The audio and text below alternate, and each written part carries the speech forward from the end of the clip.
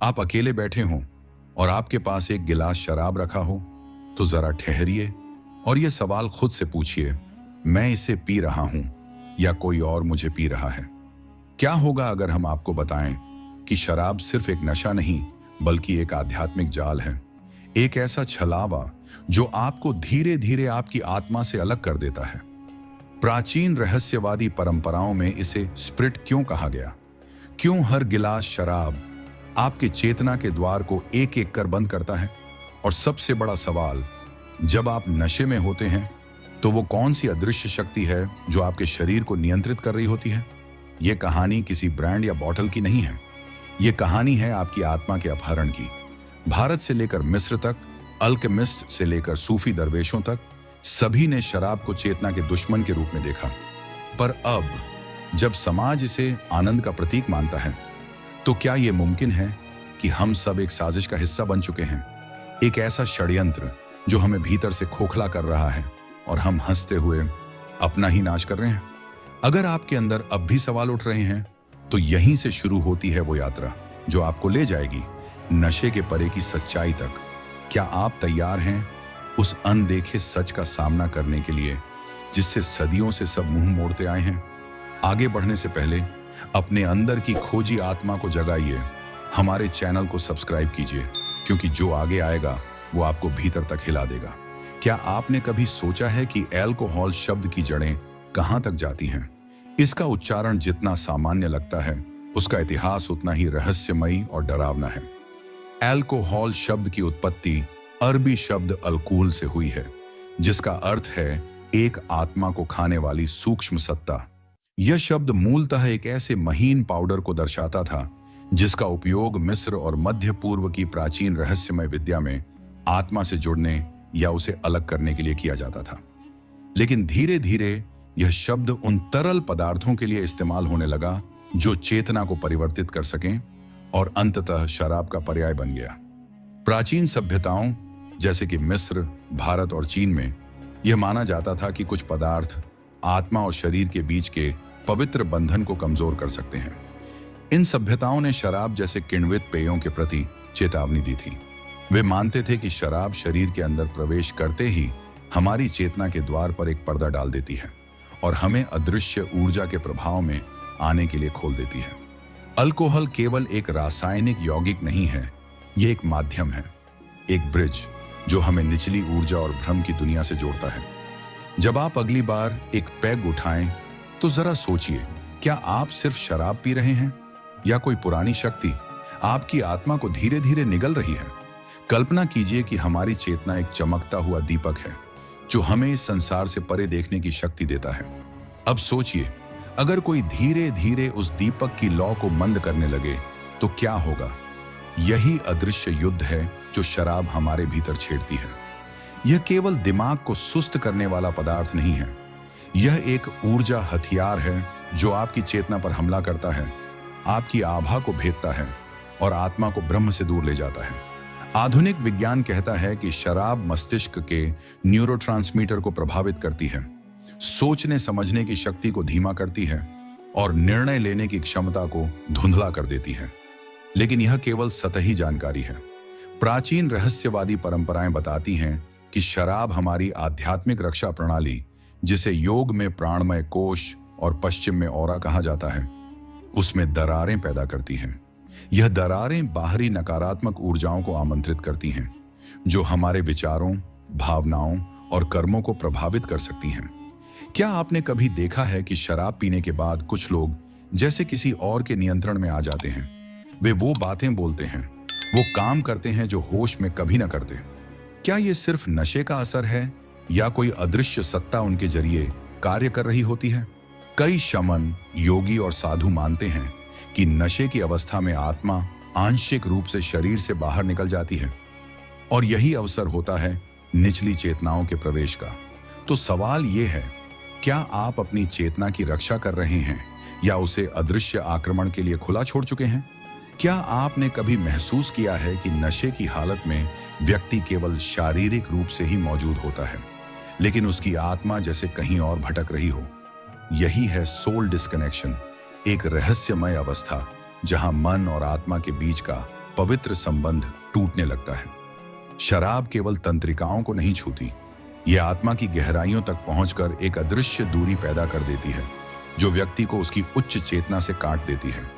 प्राचीन योग ग्रंथों और रहस्यवादी परंपराओं में यह माना गया है कि आत्मा और शरीर के बीच एक ऊर्जात्मक पुल होता है, जिसे सूक्ष्म तंतु कहा जाता है। जब शराब इस तंतु को कमजोर करती है तो व्यक्ति एक खाली खोल में बदल सकता है, और यही वह क्षण होता है जब बाहरी शक्तियां, चाहे वे मानसिक भावनात्मक हों या सूक्ष्म ऊर्जात्मक, शरीर में प्रवेश कर सकती हैं। कुछ परंपराओं में इसे वॉक इन एंटिटी कहा जाता है, एक ऐसी सत्ता जो अस्थायी रूप से आपके भीतर निवास कर सकती है।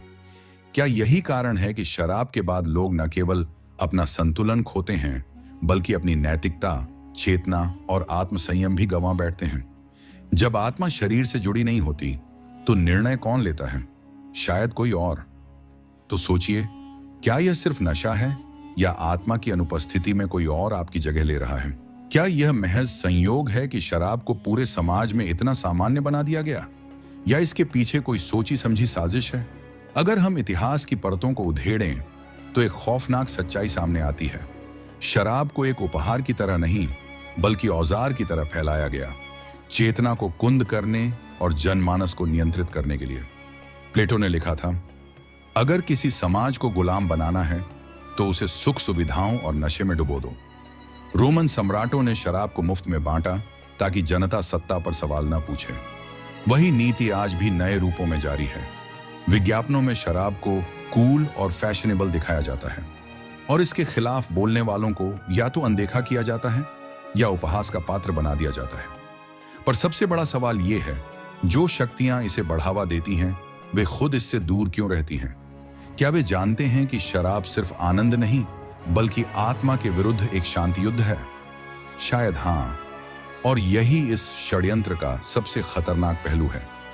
सिर्फ देखने के लिए मत रुको, जानने के लिए जुड़ो। वीडियो को लाइक करें और चैनल को सब्सक्राइब करें, क्योंकि अब जो सामने आएगा वो सिर्फ शब्द नहीं, अनुभव होगा। आधुनिक विज्ञान कहता है, शराब सिर्फ एक रासायनिक पदार्थ है जो आपके मस्तिष्क के न्यूरोट्रांसमीटर पर असर डालता है। यह आपकी सोचने, समझने और निर्णय लेने की क्षमता को अस्थायी रूप से धीमा कर देता है। लेकिन सवाल यह है, क्या यह केवल जैविक प्रभाव है, या फिर इसके पीछे कुछ ऐसा है जिसे विज्ञान छू नहीं पा रहा, और जिसे प्राचीन आर्ष मुनियों ने हजारों साल पहले ही समझ लिया था? आधुनिक विज्ञान हर उस चीज को नापने की कोशिश करता है जिसे देखा, छुआ या तौला जा सके, लेकिन चेतना, आत्मा, ऊर्जा क्षेत्र, ये वो चीजें हैं जो आज भी विज्ञान के दायरे से बाहर हैं। विज्ञान शराब को नशा कहता है, लेकिन प्राचीन चेतावनी कहती है, यह आत्मा और शरीर के बीच के पवित्र पुल को तोड़ने का यंत्र है। आधुनिक न्यूरोसाइंस बताता है कि शराब गामा अमीनोब्यूट्रिक एसिड, गाबा नामक न्यूरोट्रांसमीटर को उत्तेजित करता है, जिससे मस्तिष्क में शांति और थकान की भावना आती है। यह व्यक्ति को तनाव से मुक्त करता है, और साथ ही सतर्कता, विवेक और आत्मनियंत्रण को कम कर देता है। लेकिन क्या बस इतना ही? जब कोई व्यक्ति नशे में धुत होकर खुद को खो देता है, क्या वह केवल रसायनों का खेल है, या वह चेतना का विक्षेप है? प्राचीन परंपराओं में इसे सोल डिस्कनेक्शन कहा जाता था, आत्मा का अस्थायी रूप से शरीर से अलग होना। आधुनिक विज्ञान यहां मौन है, क्योंकि आत्मा को मापने की कोई मशीन उनके पास नहीं। भारत के वेदों में शराब को मद्य कहा गया है, और यह स्पष्ट निर्देश है कि कोई भी साधक, कोई भी योगी या आत्म खोज का इच्छुक व्यक्ति इससे दूर रहे। महर्षि पतंजलि ने अहिंसा, सत्य और ब्रह्मचर्य के साथ साथ शुद्धि को साधना की नींव बताया, और शराब उस शुद्धि को नष्ट करती है। बौद्ध धर्म में पंचशील का पहला नियम है, मैं उस व्यवहार से बचूंगा जो चेतना को भ्रमित करता है। इसी कारण शराब पूर्ण रूप से निषिद्ध है। इस्लाम में इसे हराम घोषित किया गया, क्योंकि यह आत्मा को धोखे में डाल देती है। ईसाई रहस्यवादी परंपराओं में भी यह माना गया कि शराब एक द्वार खोलती है, लेकिन ऊपर की ओर नहीं, बल्कि नीचे की ओर, अंधेरे की ओर। शराब सबसे पहले हमारे शरीर के ऊर्जा मार्गों को बाधित करती है। आयुर्वेद के अनुसार मानव शरीर में 3 मुख्य नाड़ियां होती हैं, इड्डा, पिंगला और सुषुम्ना। जब साधक ध्यान में बैठता है तो उसकी कुंडलिनी शक्ति सुषुम्ना मार्ग से ऊपर उठती है। यह प्रक्रिया अत्यंत नाजुक होती है और पूर्ण नियंत्रण, संतुलन और शुद्धता की मांग करती है। लेकिन शराब इस पूरे सिस्टम को गड़बड़ा देती है। यह मूलाधार रूट चक्र को अत्यधिक सक्रिय कर देती है, जिससे व्यक्ति भौतिक वासनाओं में डूबता है, और आज्ञा चक्र थर्ड आई को निष्क्रिय कर देती है, जिससे आध्यात्मिक दृष्टि धुंधली हो जाती है। नतीजा, साधक कभी भी अपने उच्चतम स्वरूप से जुड़ नहीं पाता। असली साधना मन को स्थिर और पारदर्शी बनाती है, ताकि वह अंतरिक्ष की तरह विशाल हो सके। लेकिन शराब मन को अस्थिर और धुंधला बना देती है। एक साधक के लिए यह वैसा ही है जैसे कोई दर्पण को मैला करके उसमें आत्मा का चेहरा देखने की कोशिश करे। यही कारण है कि भगवान शिव, जो योग के अधिपति माने जाते हैं, ने सोमरस का संकेत दिया, लेकिन उसका वास्तविक अर्थ था आंतरिक अमृत, न कि बाहरी नशा। जो लोग इसे बाहरी नशे से जोड़ते हैं, वे केवल प्रतीकों की सतह पर रह जाते हैं, सार तक नहीं पहुंचते। आज शराब को नॉर्मल कह दिया गया है, पार्टी की जान बना दिया गया है, और अगर आप इससे दूर रहते हैं तो आपको पुराना सोच वाला कहा जाता है। लेकिन क्या वास्तव में आधुनिकता वो है जो आत्मा को विक्षिप्त कर दे? क्या प्रगति का मतलब चेतना को खो देना है?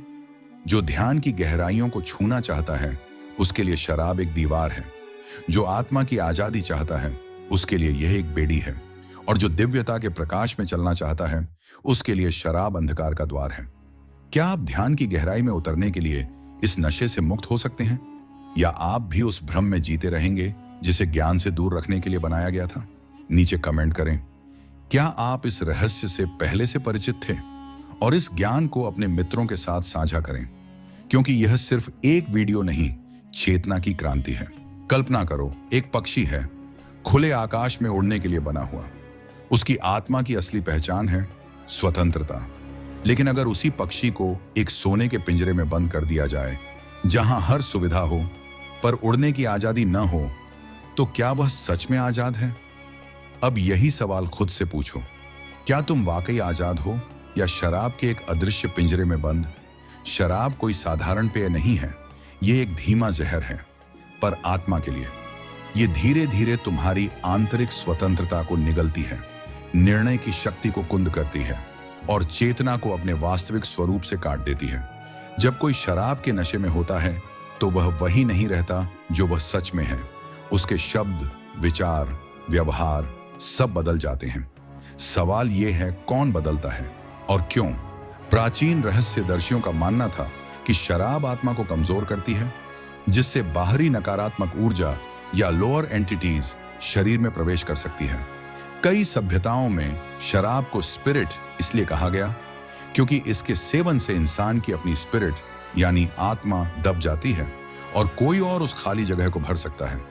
ये एक अलक्षित जेल है, जिसमें न जंजीरें दिखती हैं, न दीवारें, पर कैद इतनी गहरी होती है कि आत्मा पुकारती है और मन सुन ही नहीं पाता। तो सोचो, क्या तुम अपनी आत्मा के मालिक हो, या शराब की बनाई जेल में कैदी?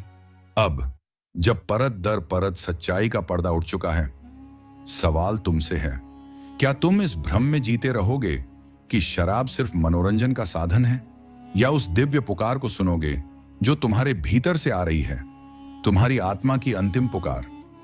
हर बार जब तुम नशे का एक घूंट लेते हो, तुम्हारी चेतना एक कदम पीछे हटती है, और हर बार जब तुम सजग होकर इनकार करते हो, तुम्हारी आत्मा और मजबूत होती है। यह सिर्फ आदत बदलने की बात नहीं है, यह आत्म मुक्ति की लड़ाई है। कॉन्शियसनेस वर्सेस कंट्रोल की वो जंग जो भीतर ही लड़ी जाती है। इस वीडियो का अंत नहीं है, बल्कि एक शुरुआत है तुम्हारी नई यात्रा की, एक ऐसी यात्रा जहां तुम्हारा मार्गदर्शन खुद तुम्हारी चेतना करेगी। तो अब तुम तय करो, तुम इस अंधकार में कैद रहना चाहते हो, या उस प्रकाश की ओर बढ़ना जो सदियों से तुम्हारा इंतजार कर रहा है। अगर यह संदेश तुम्हारे भीतर कुछ जगा सके, तो इसे औरों तक पहुंचाओ। अगर इस वीडियो ने आपकी चेतना में हलचल मचाई है, तो इसे लाइक करें, सब्सक्राइब करें और कमेंट में बताएं। क्या आप भी मानते हैं कि यह सिर्फ एक आदत नहीं, एक आध्यात्मिक जाल है? इस ज्ञान को फैलाएं, क्योंकि एक जागरूक आत्मा कई आत्माओं को जगा सकती है।